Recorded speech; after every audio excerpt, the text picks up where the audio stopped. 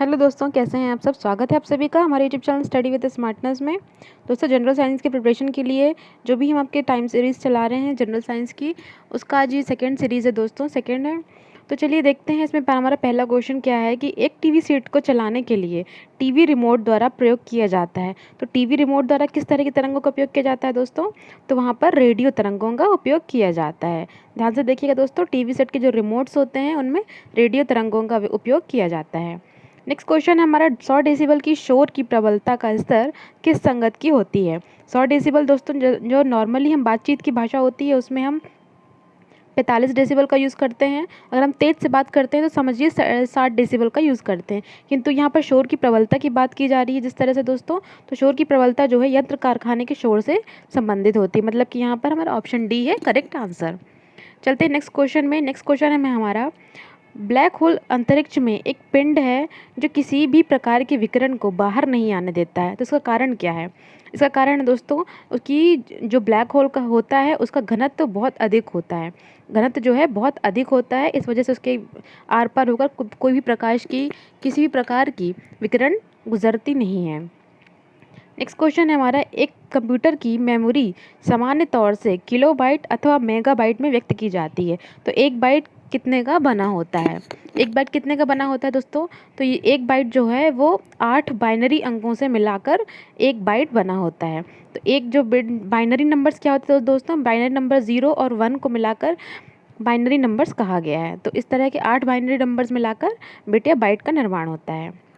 Next है, पेट अथवा अन्य आंतरिक अंगों के अन्वेषण के लिए उपयुक्त तकनीक एंडोस्कोपी किस सिद्धांत पर आधारित दोस्तों? तो जो एंडोस्कोपी दोस्तों ये पूर्ण आंतरिक परावर्तन पर आधारित है, पूर्ण आंतरिक परावर्तन पर। नेक्स्ट क्वेश्चन है, एक झूले पर बैठी स्थिति में झूला झूल रही है। लड़की जो है झूले में झूल रही है और उस लड़की के खड़े हो जाने पर तो झूले का आवर्तकाल क्या होगा? दोस्तों, यदि लड़की बैठे बैठे झूला झूल रही है और अचानक से खड़ी हो जाती है तो उसके आवर्तकाल क्या होता है दोस्तों? उसका जो आवर्तकाल है वह कम हो जाता है। ठीक है, आवर्तकाल है जो वो कम हो जाता है। अगर इसी में क्वेश्चन दूसरा बनता है कि यदि एक लड़की के बाजू में भी कोई दूसरा व्यक्ति बैठ जाए तब आवर्तकाल पर क्या प्रभाव पड़ता है? दोस्तों, ऐसी स्थिति में आवर्तकाल पर कोई भी प्रभाव नहीं पड़ता क्योंकि जो आवर्तकाल है वो द्रव्यमान पर निर्भर नहीं करता है। ठीक है, नेक्स्ट क्वेश्चन है हमारा, वॉशिंग मशीन का सिद्धांत क्या है? वॉशिंग मशीन किस सिद्धांत पर कार्य करता है? तो यह अपकेंद्रण के सिद्धांत पर कार्य करता है।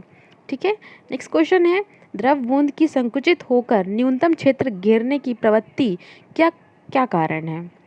जो द्रव बूंद है दोस्तों तो संकुचित होकर कम से कम क्षेत्र घेरने की कोशिश करती है। तो इस तरह का जो उसमें गुण होता है वो पृष्ठ तनाव कहलाता है। पृष्ठ तनाव के कारण ही द्रव जो भी तरल पदार्थ होते हैं वो इस तरह का बिहेव करते हैं। नेक्स्ट है, निम्न में से कौन सी एक सदिश राशि है?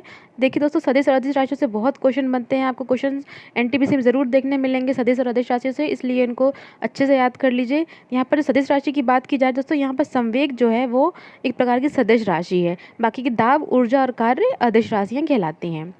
नेक्स्ट क्वेश्चन में हमारा, जब किसी झील की तली से उठकर वायु बुलबुला ऊपरी सतह तक आ जाता है तो उसके आकार में क्या परिवर्तन होता है? दोस्तों, जो इसका आकार होता है, यदि कोई बुलबुला है जो झील की तली से उठकर धीरे धीरे ऊपर आता है तो उसका आकार बढ़ जाता है। ये प्रैक्टिकली भी कई बार देखते हैं, तो इस तरह के क्वेश्चन भी आपको एग्जाम में देखने मिलेंगे दोस्तों।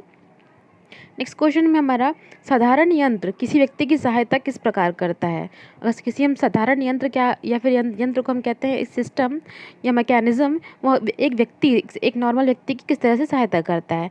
तो जो भी साधारण यंत्र बनाए जाते हैं दोस्तों वो व्यक्तियों को इस तरह से हेल्प करते हैं कि उनमें कम बल का उपयोग करके भी उतनी ही मात्रा में काम करने की क्षमता को पैदा किया जाता है। ठीक है दोस्तों, तो यंत्र हमें किस तरह से सहायता करते हैं कि हम बल कम लगाएं किंतु उसी मात्रा में हमें अधिक से अधिक और अच्छा काम मिल सके। नेक्स्ट क्वेश्चन है हमारा, जब से तार और बांसुरी पर एक ही स्वर बजाया जाता है तो उनसे उत्पन्न ध्वनि का वेग में अंतर किसके कारण पाया जाता है? दोस्तों, ये क्वेश्चन पूछना चाह रहा है कि तार और बांसुरी जब एक साथ बजाए जाते हैं फिर भी उनकी धुन में, उनके स्वर में हमें परिवर्तन समझ में आता है। तो ये ऐसा किस वजह से होता है दोस्तों? तो जो ऐसा होता है दोस्तों उसके कारण है केवल ध्वनि की गुणता, ध्वनि गुणता की वजह से हमें उन दोनों के स्वरों में भेद का पता चलता है। चलिए चलते हैं नेक्स्ट क्वेश्चन में हमारा, निम्न ताप में निम्न तापी या फिर क्रायोजेनिक इंजनों का उपयोग कहाँ पर किया जाता है? तो क्रायोजेनिक इंजनों का उपयोग दोस्तों रॉकेट प्रौद्योगिकी में किया जाता है। अगला क्वेश्चन है, पानी से भरी डॉट और लगी बोतल जमने पर टूट जाती है। कहने का मतलब दोस्तों, यदि पानी बोतल जो है पानी से भरी है, उसमें डॉट भी लगा हुआ है, उसका कैप लगा हुआ है, तो जब हम उसको फ्रीज़ करते हैं तो वह बोतल टूट जाती है, चटक जाती है। तो ऐसा किस वजह से होता है? ऐसा इस वजह से होता है क्योंकि जमने पर जो जल का है आयतन वो बढ़ जाता है। दोस्तों बहुत ही अच्छी इसकी प्रॉपर्टी है कि जल को हम जितना अधिक फ्रीज़ करते जाते हैं उसका आयतन उतना ही बढ़ता जाता है। इस वजह से वो बोतल टूट जाती है।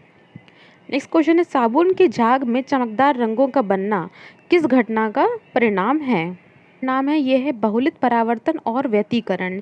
जहाँ पर भी चमकदार रंगों का बनना यदि आता है वहाँ पे व्यतिकरण की घटना होती है और परावर्तन की घटना होती है। तो नेक्स्ट क्वेश्चन है हमारा, अति चालकता किस तापमान पर अत्यधिक आर्थिक महत्व की हो सकती है जिससे लाखों रुपए की बचत हो?